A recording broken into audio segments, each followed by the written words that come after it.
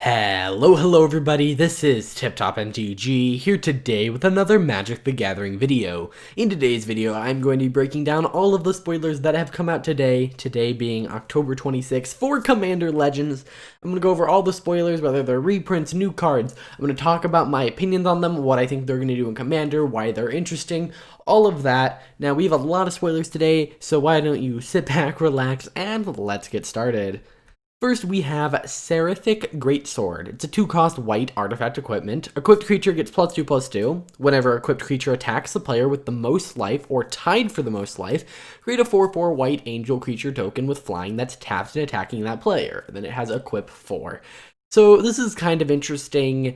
It's very similar to a dethrone type of mechanic where if you attack the player that's tied for the most life, you can, get an extra bonus. And so there are creatures like that from the past. So this is kind of doing that. Now, do I think this is good? Probably. The issue is, and the big issue with this card is, right, you're swinging with a creature that's at least a 2/3, right? Because a Seraph Greatsword is going to put it +2/+2, and that's assuming you equipped it to a 0/1. Let's say you equipped it to a 2/2, so now you're swinging with 2 4/4s at the player with the most life. Now, let's say they were at 40, they don't want to block because they don't want to lose their creatures, now they're at 32. There's a high chance you're the player at the highest life total. So then this kind of just becomes an overpriced equipped creature gets +2/+2. So while this is a mythic, I think it's actually pretty bad. I mean, yes, you have 3 opponents. The odds that, my big issue with it is that I guess it's one of those things where if you're losing, you do better. So I guess that's cool. And creating 4/4s every turn consistently would be pretty awesome. It's not super consistent, I guess, but I don't think it's awful. I don't think it is the best card just because of that issue of you are going to quickly, if you're hitting people for 4 every turn, for instance, you are going to quickly whittle them down. Now, if you're playing this in a deck that purposely is lowering everyone's life total, including your own, yeah, this has a lot more application. Also, anything that wants to sacrifice creatures, you can swing, sack, maybe they're not actually losing life then, and so you can gain some value. So yeah, definitely it's a useful card. I don't know if it really deserved to be mythic, although I guess I have to keep thinking, you're paying 6 mana to get this conditional attack, create a 4/4 trigger. So just think about it like that. The equip 4, I think, is what really kills this card. If it was equip 3, I think I would say this is a really good card. And it's just that 1 mana difference. Because then you could, by the way, turn 2, play this, turn 1, play creature, turn 2, play this, turn 3, equip it, swing, which is pretty quick. So I guess maybe they don't want that. But at this point, it's probably turn 2, play this, turn 3, play creature, turn 4, equip. But that's very, I'm telling my opponent exactly what I'm doing. So I don't know. Yeah, it's interesting, I guess. Next, we have Prying Eyes. This is a reprint from Ravnica Allegiance. 6-cost blue instant, draw 4 cards and discard 2. Pretty good in any deck that wants to search through their library for combo pieces, fill their graveyard, whether it be to kind of self-mill, that's a little expensive for self-mill, or to throw creatures in the graveyard in order to resurrect them. At 6 mana, it's kind of hard to do that because how many creatures do you really have over 6 mana, especially in a limited environment that this is going to go into, but it's an interesting card that definitely has homes in certain decks. I just would rather play like a 4-cost version of this that just draws 4, discard 2, or just draw 3, discard 2 even. Next, we have a Ghost of Ramirez de Pietro. It's a 3-cost blue legendary creature, pirate spirit. Ghost of Ramirez can't be blocked by creatures with toughness 3 or greater. So that's kind of interesting. He can only be blocked by creatures with 2 toughness. He has 2 power, which kind of means that he's going to kill whatever he blocks unless it has first strike, which is kind of ironic, and you'll see why here in a second. But whenever it deals combat damage to a player, choose up to 1 card in any graveyard that has been discarded or milled this turn, and put that card into its owner's hand. So this card is definitely encouraging you to play, mill, and then if you put another color with this, maybe you do some discard, and, it's going to kind of want you to do self-discards, like Prying Eyes that we just looked at. So even if you don't do black, you can draw 4, discard 2, and then swing with Ramirez. If you can manage to make it hit, then you get that card back. It's interesting, especially if you're going to mill your whole library, and then you can kind of use this to draw a card. So I think it's definitely cool. I just don't know, your deck kind of has to be focused around this. Although I guess I could see this going into a self-mill deck, maybe. Kind of wish it was an advisor for persistent petitioners. But yeah, if you're wondering who Ramirez de Pietro is, this is them. yeah, they were a 4/3 with first strike, so they wouldn't be able to block their ghost self, which I guess makes kind of sense. But yeah, first strike really bad against, or really good against Ghost of Ramirez, bad for you. But yeah, it's very hard to kill this guy, or at least to block and not have him kill it. So yeah, pretty good. And oh, by the way, last thing, it has partner. That's a very important fact. It can be combined with any other partner, and you can get more colors and more effects.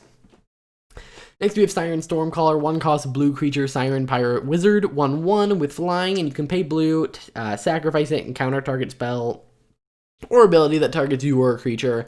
It was just from Ixalan. Yeah, just another interesting reprint. Again, you're kind of filling your graveyard a little bit more with this one. So I would not be surprised if blue-black is all about filling your graveyard and reanimating. Pretty big and popular theme in Commander. Would not surprise me if that is the case here as well. And it's just, by the way, nice to protect your commander, because that's often what your deck is built around. So, yep. We have a Sciony Eye of the Storm, 4-cost blue legendary creature, Jin Monk, flying, and when it attacks, scry X, where X is the number of attacking creatures with flying. Interesting. It doesn't have to be creatures you control, so if somehow you're swinging at the same time as your opponent, that's kind of cool. But it also has partner. I don't really see many people going out of their way to play this outside of a limited environment, although I think this definitely hints at the fact that something like Azorius is going to care about flyers. It, of course, has partner, so if you're just playing blue, this thing is attack scry 1 at least, and it adds blue if you need it. So, it's not an awful card, not my favorite, but yeah.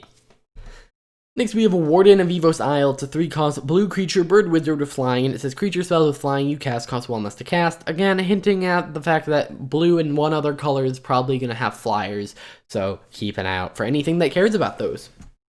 Next, we have Horizon Scholar. It's a 6-cost blue creature, Sphinx with flying, and when it enters the battlefield, scry 2. It's a 4/4. This isn't a new card. I actually didn't know this was in Core Set 2019. Kind of generic, but again, we kind of have this flying and scry, mix here, so maybe this kind of goes with the other guy. You can scry, and there was a leak about a scry based commander, so maybe there is scry as a mechanic, and if that's the case, then that other commander had partner, scry, and flying, which all kind of are their own little mechanic here, so very interesting.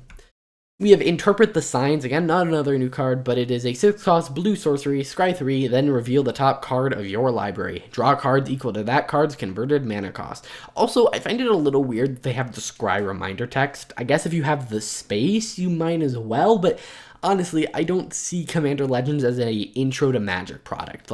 They don't put scry reminder text on some standard sets. They do on core sets, but in standard sets, they often don't put this here, so it's a little weird to see it in a Commander Legends set, which I would say is a much more advanced set.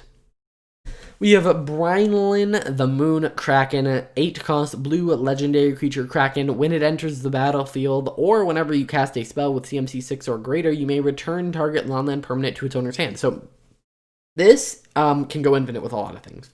I say a lot of things, but I guess no, because it's when you cast. Because it's a non-caster, this isn't as infinite as I thought it was. But yeah, pretty good. Whenever you cast a spell, return something to your hand, which then allows you to maybe cast it again. So, for instance, if you have Omniscience on the field, and I know I'm like, wow, you have Omniscience on the field, and this 8-cost, you can kind of do this infinite, playing 2 different spells, and then you can bounce your opponent's stuff as well if you need to. So this can be removal, it can be part of a combo. It is a partner, so if you need, for instance, a blue in your draft, this guy works. He's a little expensive.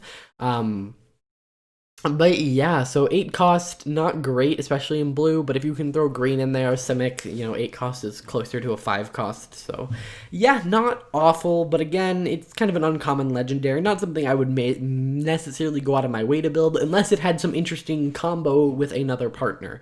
And that's what I'm really excited about, is at the end of this, I get to look at all the partners, and I'm going to make a video where I talk about the best partner combinations, because there are going to be so many, and of course, I'm not going to be able to tell you exactly what the best partner combinations are. Those will probably be found out after the fact, after many, times of playing. But, there are definitely going to be partners that work really well together.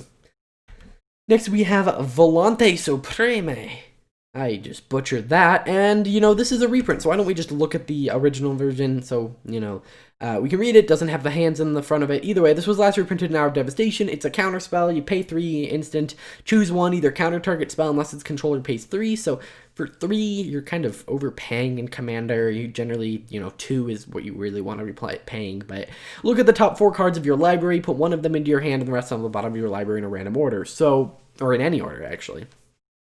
The idea here is you can counterspell something, but if your opponent, say, plays something that makes it so your stuff can't be countered, or you just realize, oh, I don't need to counter something, or you play Approach to the Second Sun and you need to dig in your library, you can do any of that using Supreme. Well, it's a very versatile card. I actually really like it. For as much as I just bashed on it, I actually really like the card. Next we have Confiscate. 6 cost blue enchantment aura, enchant permanent, you control enchanted permanent. Pretty good. Better than a Bribery in my opinion, which is 3 blue enchant creature you control. Actually, not better than Bribery. Crap. Treachery is what I don't know. There's all sorts of these enchantment auras. Some of them, untap lands, and those are the insane ones. Some of them are just, pay 5, you control enchanted permanent, or enchanted creature. What's interesting about this one is it is 6, but it's a permanent. So say, the set that has a decent amount of legendary planeswalkers, it would appear, or at least some legendary planeswalkers with partner, you can kind of steal your opponent's planeswalkers as well. Not a new card, so it's not like it's going to have any impact on Commander, like some of these other cards may, but it is interesting to see, and you have to think about it from a limited perspective. Next, we have Sphinx of the Second Sun. It's an 8-cost blue creature Sphinx. They like their 8-cost blue spells. It's 6/6 with flying, and it says at the beginning of your post-combat main phase, you get an additional beginning after this phase. Beginning phase after this phase. So I've never really seen them say beginning phase before, and on the non-extended art, they say a beginning phase consists of untap, upkeep, and draw. So essentially, here's how your turn is going to go while it's on the battlefield. You are going to untap, have your upkeep triggers, draw, go to your first main phase, go to combat, and then you are going to untap, upkeep, draw, second main phase, end step. That is your turn while he's on the battlefield. Now, essentially what this does is, if you want to kind of ignore the terms, it's draw 2 cards per turn, double all your upkeep triggers, untap your stuff after combat. That's kind of what this is doing, and for 8, that's not awful. Of course, it is a creature that can be much easily killed, so that definitely is a downside, but I think this is definitely worthy of a mythic spot. It is very, very powerful. It is expensive, but I think it is totally awesome. Also, by the way, did I mention all your lands untap after combat as well? So you can play this for 8 on your first main phase, go to combat, maybe swing, maybe don't, go to your second main phase, untap everything. Now you have all your lands untapped and you played the Sphinx. Very, very good. We have that Deluge. It's a 9-cost blue sorcery. They are loving their expensive blue spells. Exile target instant or sorcery card from a graveyard. Copy that card 3 times. You may cast the copies without paying their mana cost. Exile Menomic Deluge. So, very, very, very, very, very good card if you can cast it, of course. I mean, if someone, I don't know, anything, even just a draw a card spell. I mean, yes, you don't want to pay 9 to draw 3, but my point is generally your opponents are going to have stuff in their graveyard. You can exile stuff from your graveyard as well. If we have something like Prying Eyes, if your opponent casts a Prying Eyes, they draw 4, discard 2. Now maybe they discard a ramp spell. You don't want to pay 9 to ramp. You definitely want this to be a game winner, but it even can be used against your opponent. Obviously, if you have a deck with this in it, you're probably running expensive instants and sorceries. Maybe one that is going to deal 7 damage to each opponent. Boom, cast this. You can deal 21 damage to each opponent. Very, very good. Of course, it is expensive, so no matter how good a card is, if it's too expensive, it's not going to see play. I think this is too expensive to see play competitively, but in a Joda deck, maybe you could get away with this, casting it for 5, copying a big spell that you just cast last turn. Maybe if you cast an ultimatum, Genesis Ultimatum, I don't know, is that the right one? Yeah, Genesis Ultimatum, then the next turn you cast this, copy that. Very, very cool. I like the card. We have Thorn of the Black Rose. It's 4-cost black creature, human assassin, 1/3 with Death Touch, and when it enters the battlefield, you become the Monarch. So yeah, Monarch is returning. Actually, if you want to know about all the mechanics, I did a video covering every mechanic in, this set that, they talked about so far, so you guys should check that out. But Yeah, pretty good. I enjoy adding Monarch to any game, so I just appreciate this card being in here.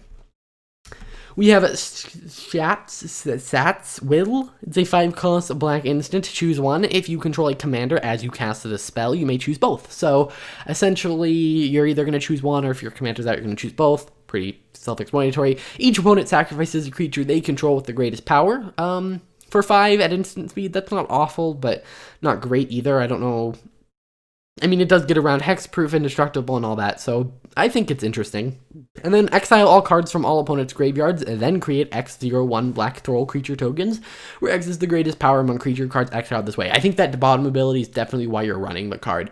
Think about it, your opponent even just has a 5/5, you're creating 5/01s, those are sacrifice fodder, they're creatures, they're, if you have a doubler out on the battlefield, you might get 10 of them, and you're exiling all cards from opponent's graveyard. It's asymmetrical, which is unfortunate, you can't fill your own graveyard with stuff, but yeah, you are able to kind of just mess up your opponent. Like, the exiling all cards from all graveyards is just so nice on this card. It is removal if you need it, it is graveyard clearing if you need it, and it is I need a bunch of blockers when you need it.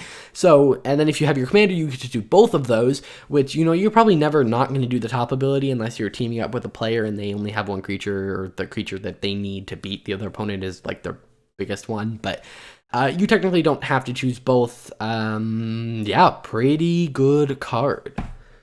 Next, we have Vampiric Tutor. This is a 1-cost instant. Search your library for a card, shuffle your library, put that card on top of it, you lose 2 life. It's an instant. This is a really classic commander card. It's very expensive, sitting at about $60. So yeah, a $60 mythic, pretty good. The highest value reprint we've seen so far. So more like this, please. Oh, and by the way, it's $60 not for the extended art that you're seeing, just for the normal version, it is $60. Next, we have a Tevish, Doom of Fools, 5-cost black legendary planeswalker.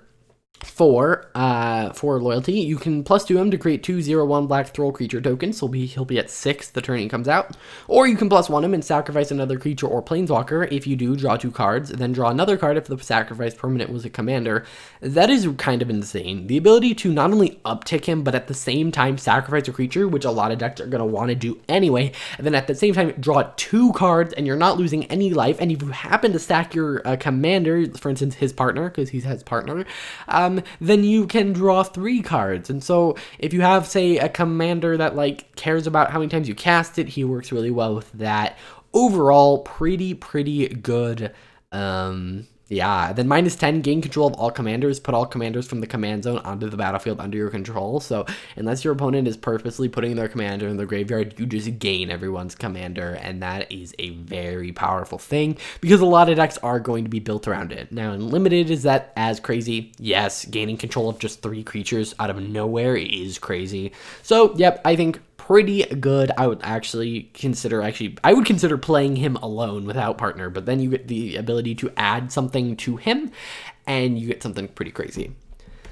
We have a Kraken the Thumbless. It's a 2-cost red legendary creature, goblin wizard 2/2, and it says whenever you cast an instant or sorcery spell, flip a coin. If you lose the flip, return that spell to its owner's hand. If you win the flip, copy that spell. You may choose new targets for the copy, and it has partner. So the idea here is you're going to cast a spell, flip a coin. If you win the flip, you get 2 of that spell. If you lose the flip, you got to try casting it again.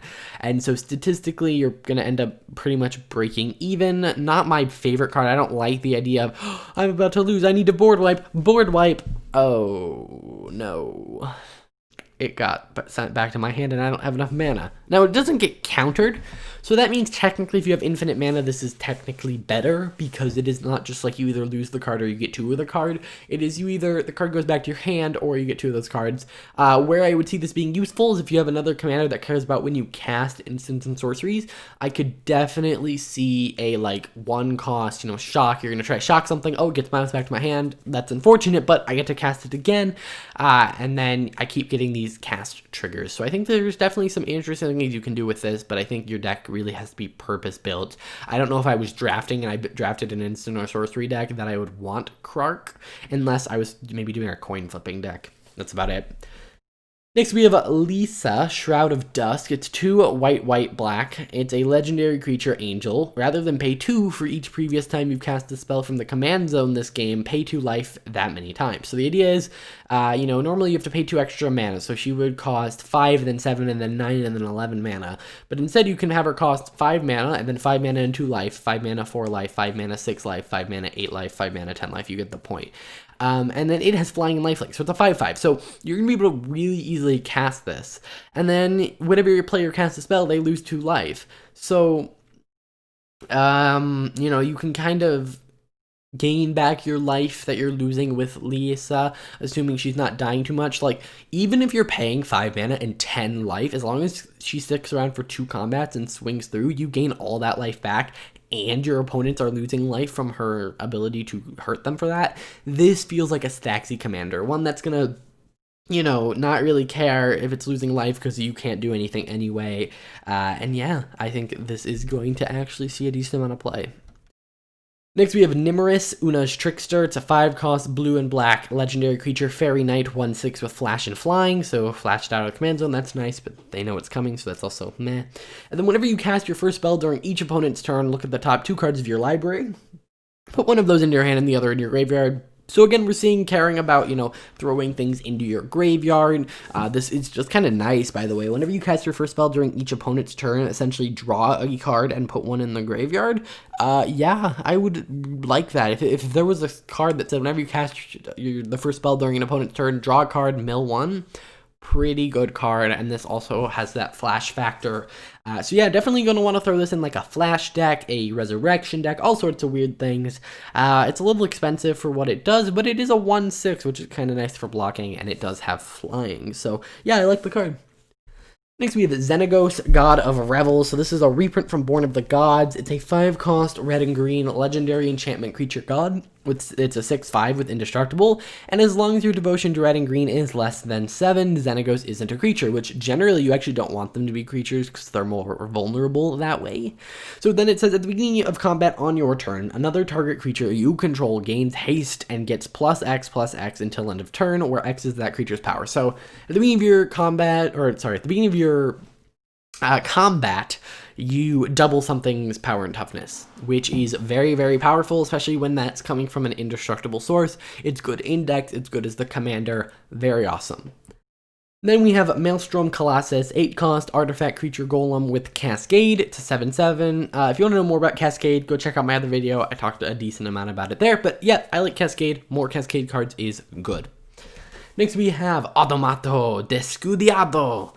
But really we have Mindless Automaton. It's a 4-cost artifact creature construct 0/0, and it enters the battlefield with 2 +1/+1 counters on it. So 4-cost 2/2, pay 1, discard a card, put a +1/+1 counter on it, remove 2 counters from it, draw a card. So you can kind of inefficiently draw cards. Again, kind of going for that discard theme. Not a big fan of it, but if you care about +1/+1 counters or artifact creatures, this could be interesting. We have Mascara de Memoria. I am butchering all of these. And then it's Mask of Memory, 2-cost artifact equipment. Whenever equipped creature deals combat damage to a player, you may draw 2 cards. If you do, discard a card. Not awful. Again, kind of this discardy theme. And I wondered if that's what they're going to do. Is every day going to be kind of a theme? We got a ton of blue cards today. We got a ton of caring about discarding cards today. So I would not be surprised if tomorrow we see like a different theme. And then we have Phyrexian Triniform, 9-cost artifact creature golem 9/9, and when it dies, create 3/3/3 artifact tokens, and then it has Encore 12. So when this thing dies, when this thing's in the graveyard, you can pay 12, and then it'll create 3 copies if you're playing with 4 players. So for each opponent, you're creating a copy, and then those copies swing at your opponents.